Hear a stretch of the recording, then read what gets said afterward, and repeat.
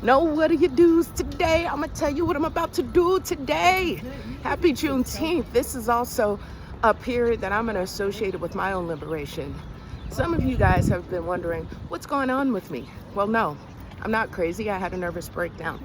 I have enough people who've been in my life who've seen me deal with children at church, do announcements, be the clerk. People have worked with me, known that I've run stuff, that I'm generally a solid person. And then all of a sudden, things changed for a number of reasons.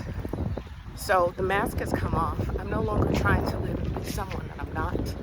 And I'm embracing myself. But I didn't get there easily. I had a lot I had to climb through. Last year, as far as I can ascertain,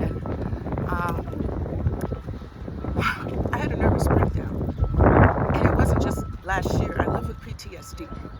And my anxiety became panic because my nervous system was overwrought. I was going through the stress of realizing that I could not live on my own after my divorce, that I had spent decades not taking care of the things I need to take care of. I have a GED, some college. I've attempted to go to college several times. And I got in WCC because I said I'm going to finish for me and finish for my children. But now I question whether or not the schools that I was going through would ever be able to provide for me what I need.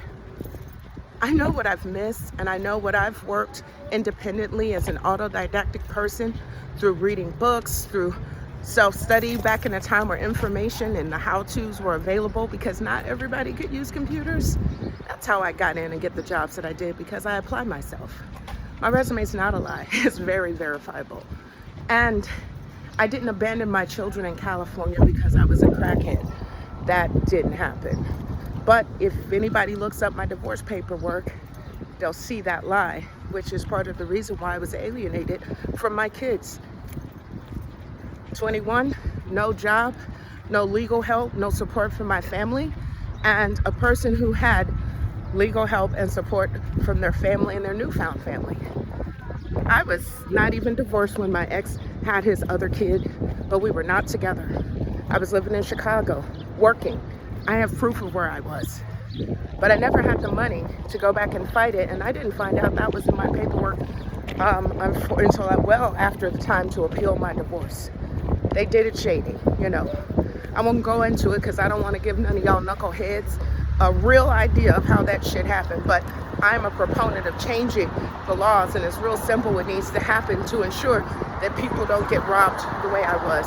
Because my children were hurt ultimately. They were the ones who were hurt from me being isolated from my kid's life. That did something to me. But I was a teen mom, and I grew up in a volatile household. My mother was not a crack addict. She was not meth head. She didn't have that kind of issue, but she did have some emotional and mental issues. And the people in my family didn't know how to deal with it. We mystify everything. She must have had sin and sin of father, grandma was that. All of y'all people in my family who want to do that, who I know secretly practice witchcraft, you need to stop. For all of y'all who are just really judgmental Christians, please stop. You don't know me, and you don't care to know me. You don't know my experience, and you couldn't possibly know my experience because you didn't have it. And unless you know someone with the same experience, you don't know. So when I say I know what it's like, I understand the harm. I understand how difficult it is for people who are losing their freaking minds because all of a sudden they go from a bed to a garden because their sleeping accommodations are outside instead of inside. Any of you, ask yourself, if you came home one day and couldn't go in your house and all of a sudden you had no job and none of the things in your life that you've been working hard for to work was working, would you be okay?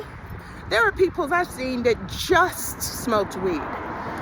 19, had to leave home, autistic, a number of other things, to come out here and they're welcomed.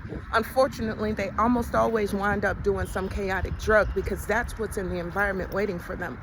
And the harm reductionists that are in Ypsilanti, hopefully you see that. But because we have this one track mind of what type of people, if I have one more asshole say that to me, you're a certain type of person, have grace for folks, but you ain't got to have grace for me. Guess what?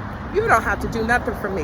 Lastly, for the person who's going around investigating me, if I'm a person of interest, I want someone in the legal office to let me know, because I better not have not one trace on my phone.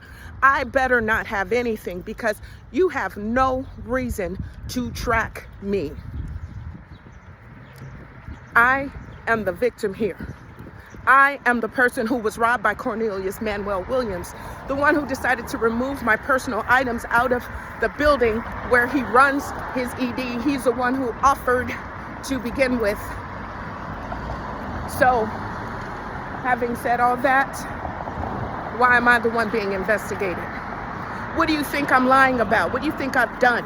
So Carolyn Sanders, you don't get to tell my story. Victoria Burton Harris, you don't get to tell my story. Juneteenth, I'm liberated. This whole month, I'm liberated. I'm liberated from all of you buckhead heads who are afraid. Yeah, I'm neurodivergent, and I do very much so see through your BS. I see the patterns of your behavior way too arrogant, and you're messy. So when I come back on here, I don't have a problem giving people something to consider. That'll be on my other channel, Cisse the Curious. I've been really curious, and now I feel it's ready. It's definitely ready to begin educating people on the types of people that are running in office, who are in office, who are supporting people, who are helping people, supposedly. But you want to make people's worlds feel small. You effing bullies. You done messed around with the wrong one. And I don't know why I'm so enraged right now, but I'ma tell it to the rooftops, baby. I'm going to tell it to the rooftops. And yeah, Victoria Burton Harris, you are a prosecutor. And I know that that email was sent to you in March. As a prosecutor, I haven't heard anything. But now you need to investigate me? Now I have people trying to tell me who needs to protect it and not to care about the little guy, literally. Y'all can all of you, kiss my ass. Know it. Pucker up, Buttercup. Because you're going to want to when this is all said and done. Come after me, harm me, I will sue every fucking one of you.